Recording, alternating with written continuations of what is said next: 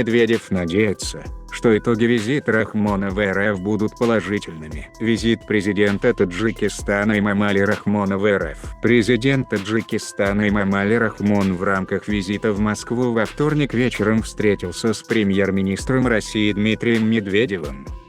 Премьер-министр РФ Дмитрий Медведев выразил надежду, что в рамках визита президента Таджикистана Эмомали Рахмона в Россию будут согласованы шаги по дальнейшему развитию двусторонних стратегических отношений двух государств.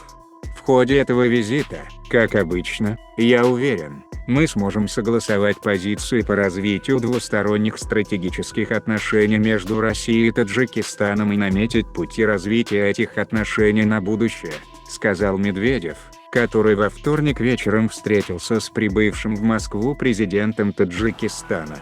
Рахмон пригласил Володина в Таджикистан.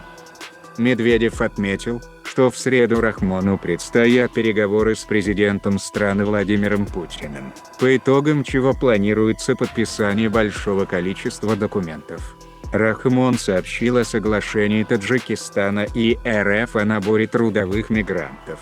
«Я буквально несколько минут назад дал необходимые поручения правительству на подписание документов. Документы важные, хорошие. Они касаются экономики и гуманитарной сферы, в том числе школы», — сказал российский премьер. Он выразил надежду на то, что итоги визита президента Таджикистана в Россию будут положительными. «Уверен, что сегодняшняя наша встреча и переговоры завтра придадут мощный импульс нашим двухсторонним отношениям по всем направлениям», — заявил, в свою очередь, Рахмон.